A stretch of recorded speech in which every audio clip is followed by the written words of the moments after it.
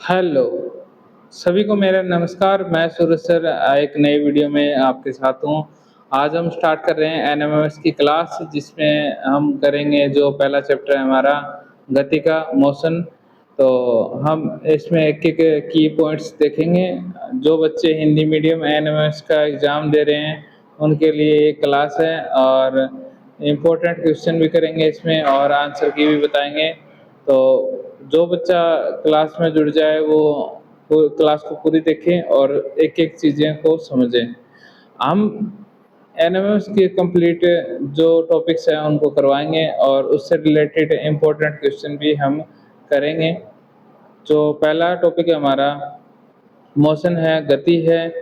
और जो भी आपका मित्र है जो तैयारी कर रहा है एनएमएस की, किसी भी स्टेट का हो, कोई भी हो, तो वो ऑल स्टेट की तैयारी हम इसमें करवाते हैं। तो मोशन जो दैनिक जीवन में हम कुछ वस्तुओं को गणितमान अवस्था में देखते हैं, जैसे टहलना, टहलता हुआ व्यक्ति और चलती कारें, दौड़ती हुई रेलगाड़ियाँ आदि। जब कुछ वस्तुएँ विरामावस्था रुक जाती है, में होती है, रुकने के लिए होती है, जैसे फर्नीचर है, मकान है, पेड़ है, पौधे हैं, ठीक है? दोनों स्थितियों में से हमें ज्ञात होता है कि गति अवस्था में वस्तु की स्थिति में समय के साथ परिवर्तन होता है। जो बच्चे ध्यान से सुन रहे हैं वो समझ जाएँगे कि हम गति के बारे में समझ रहे हैं, पढ़ रहे हैं। जबकि विरामावस्था में वस्तु की स्थिति में समय के साथ परिवर्तन नहीं होता। गति का मतलब जैसे कोई भी वस्तु है वो चल रही है, दौड़ रही है, तो वो क्या है, गति है उसमें और परिवर्तन उसमें होता रहता है। अगर वही वस्तु रुक गई है और दौड़ नहीं रही है, नहीं चल रही है, तो उसमें गति नहीं होती और ना ही उसमें परिवर्तन होता है। विराम जो पॉइंट है हमारा, रेस्ट, यदि किसी वस्तु ऑब्जेक्ट की स्थिति पोजीशन में समय के साथ कोई परिवर्तन नहीं होता, तो वस्तु विरामावस्था में कहलाती है। जैसे मेज पर रखी एक किताब विरामावस्था में है, क्योंकि मेज के सापेक्ष किताब की स्थिति में समय के साथ परिवर्तन नहीं होता है। जैसे अगर आपकी कोई भी बुक आपने रख दी है मेज पर, तो उसमें कोई गति नहीं है, क्योंकि आप उसे ना ही पढ़ रहे हैं, ना ही उसमें देख रहे हैं। अगर आपने वही बुक आप खोल कर पढ़ रहे हैं, तो आप उसके क्या करेंगे, पेज पलटेंगे। पेज पलटेंगे तो क्या है, उसमें विरामावस्था नहीं रहेगी। विरामावस्था मतलब आप उस बुक के साथ कोई भी छेड़छाड़ नहीं कर रहे, आपने उसको जैसा रखा है वैसे ही है, तो वो क्या है, विरामावस्था है। उसके बाद में जो गति मोशन है, यदि किसी व्यक्ति की स्थिति में समय के साथ परिवर्तन होता रहता है, ठीक है, तो वस्तु गति अवस्था में कहलाती है। अगर जैसे मान लो आप चल पड़े हो, तो आप जहाँ हो, अगर चलने के बाद में वहीं नहीं रहोगे, दूसरी जगह चले जाओगे, तो ये क्या है, गति के साथ में परिवर्तन है। जैसे जल में तैरती मछली, अब जल में तैरती हुई मछली मतलब तैरेगी तो वो दूसरे स्थान पर पहुंच जाएगी। सड़क पर दौड़ती कार या बस, अगर सड़क पर कोई कार या बस दौड़ रही है, तो उसका जो एरिया है वो चेंज हो जाएगा, परिवर्तन हो जाएगा। वो क्या है, गति है, मोशन है, चलना भी एक गति है। पटरियों पर दौड़ती रेलगाड़ी, वायु में उड़ने पक्षी आदि। जो एक स्थान से दूसरी स्थान पर ट्रैवल कर रहा है, दौड़ रहा है, चल रहा है, वो क्या है, गति है। विराम तथा गति एक दूसरे से संबंधित है, क्योंकि कोई वस्तु एक ही समय में एक वस्तु के सापेक्ष विराम में, जबकि किसी दूसरी वस्तु के सापेक्ष गति में हो सकती है। जैसे दो कारें एक ही गति में समान वेग से चल रही है, तब ये एक दूसरे के सापेक्ष विराम अवस्था में होती है। परंतु पेड़ पौधों तथा सड़क पर चलते व्यक्तियों के सापेक्ष रिलेटिव कार्य गति में है। अगर एक ही गति में, यानी कि एक ही रेस पर दो साधन चल रहे हैं, कोई भी दो साधन जैसे बाइक है, कार है, तो वो एक दूसरे को देखेंगे तो ऐसा लगेगा कि वो रुके हुए हैं। परंतु वो अपने एक दूसरे के अलावा किसी और को देखेंगे, जैसे साथ में पेड़ पौधे हैं या कोई और अन्य कोई जीव है, उनको देखेंगे तो उन्हें पता चल जाए कि वह गतिमान है। इसीलिए जो अगर हम एक ही दिशा में एक ही स्पीड से चल रहे हैं तो हमें क्या लगेगा, व्यक्ति सापेक्ष गतिमान नहीं है, सापेक्ष विराम अवस्था में है। ठीक है। एक समान गति और असमान गति।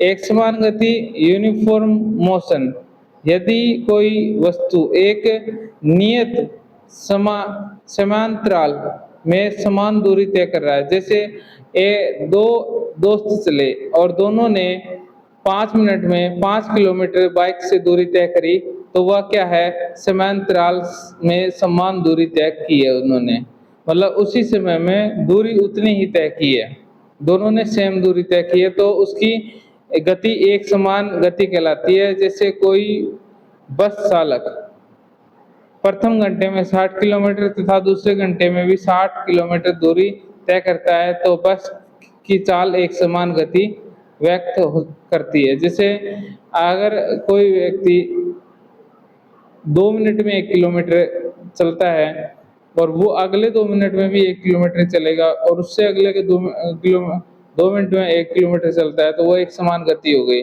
कि उसकी गति इतनी है और उस गति से वो चला रहा है। गति बढ़ाने पर भी जैसे एक ही गति में जैसे 10 किलोमीटर निश्चित समय में तय किया और अगले उसी निश्चित समय में फिर 10 किलोमीटर तय किया, तो एक समान गति होती है। असमान गति नॉन यूनिफॉर्म मोशन, यदि कोई वस्तु समान समांतराल में असमान दूरी तय करता है, जैसे अब तो 1 घंटे में 60 किलोमीटर की दूरी तय किया और अगले 1 घंटे में उसने 80 किलोमीटर या 50 किलोमीटर दूरी तय कर ली, तो वो क्या है, असमान गति है। जैसे देखो, तो उसकी गति असमान गति कहलाती है। जैसे यदि कोई बस चालक प्रथम घंटे में 50 किलोमीटर, दूसरे घंटे में 70 किलोमीटर की दूरी तय करता है, तब वह बस की चाल असमान गति को व्यक्त करती है, मतलब बताती है कि गति असमान है, समान गति नहीं है। अदिश तथा संदिश राशियां, वे राशियां जिनको व्यक्त करने के लिए केवल परिणाम की आवश्यकता होती है, दिशा डायरेक्शन की नहीं। यह अदिश राशियां कहलाती है, स्केलर कहलाती है। ठीक है। डायरेक्शन जो है दिशा की नहीं, मतलब क्या है, केवल परिणाम क्यों पता चलता है। ठीक है। जैसे द्रव्यमान, घनत्व, दूरी, चाल, आयतन, कार्य, ऊर्जा, शक्ति, ताप आदि वे राशियां जिनको व्यक्ति करने के लिए परिणाम के साथ साथ दिशा की भी आवश्यकता होती है, सदिश राशियां कहलाती हैं, जैसे बल, वेग, त्वरण और संवेग आदि। गति संबंधी पद, गति संबंधी निम्न प्रकार के, जैसे दूरी है, डिस्टेंस है, किसी गतिमान कण या वस्तु द्वारा किसी मार्ग पर चली गई कुछ लंबाई को वस्तु द्वारा चली गई दूरी या पथ की लंबाई कहते हैं। यह एक अदिश राशि है, इसका मात्रक मीटर होता है। स्वचालित वाहनों में लगा एक यंत्र जो उनके द्वारा तय की गई दूरी को दर्शाता है, ओडोमीटर कहलाता है।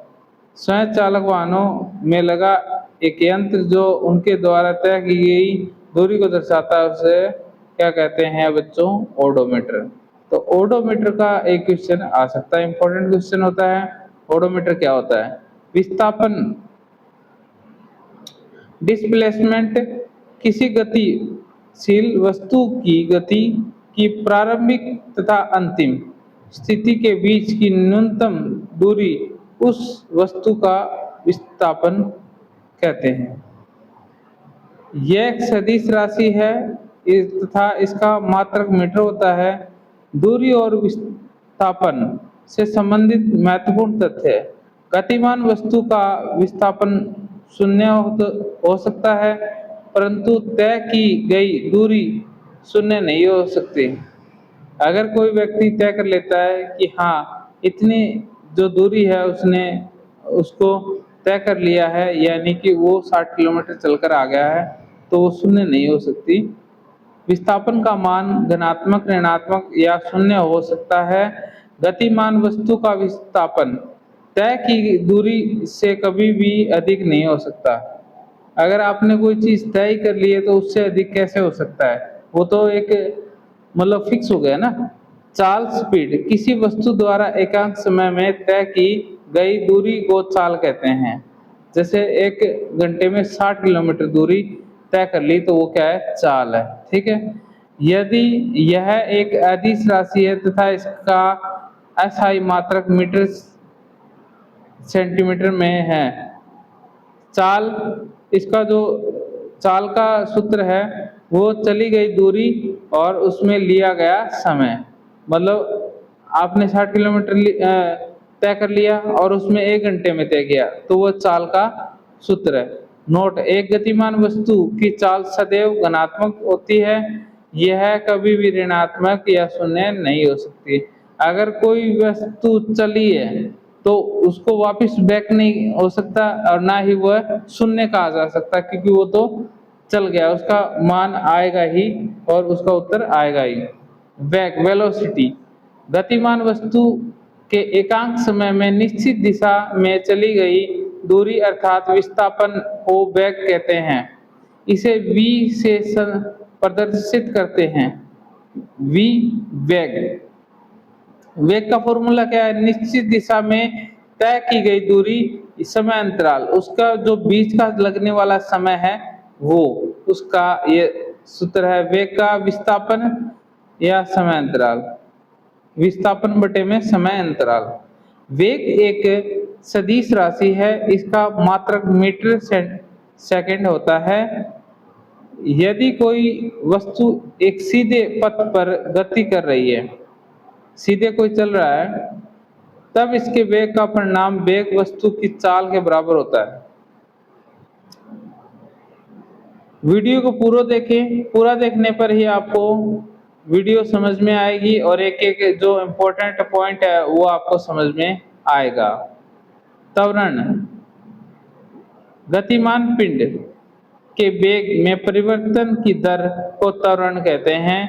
इसे a से प्रदर्शित करते हैं। त्वरण जब हम इसका सूत्र लिखते हैं तो इसको किससे प्रदर्शित करते हैं? a से। वेग में परिवर्तन और उस बटे में परिवर्तन में लगने वाला समय, इसका सूत्र है। यदि किसी पिंड का प्रारंभिक वेग u तथा समय पश्चात वेग v है हो जाता है तो पिंड की गति में उत्पन्न त्वरण। ये नीचे जो है वो सूत्र है इसका SI मात्रक है मीटर सेकंड होता है। गति के समीकरण: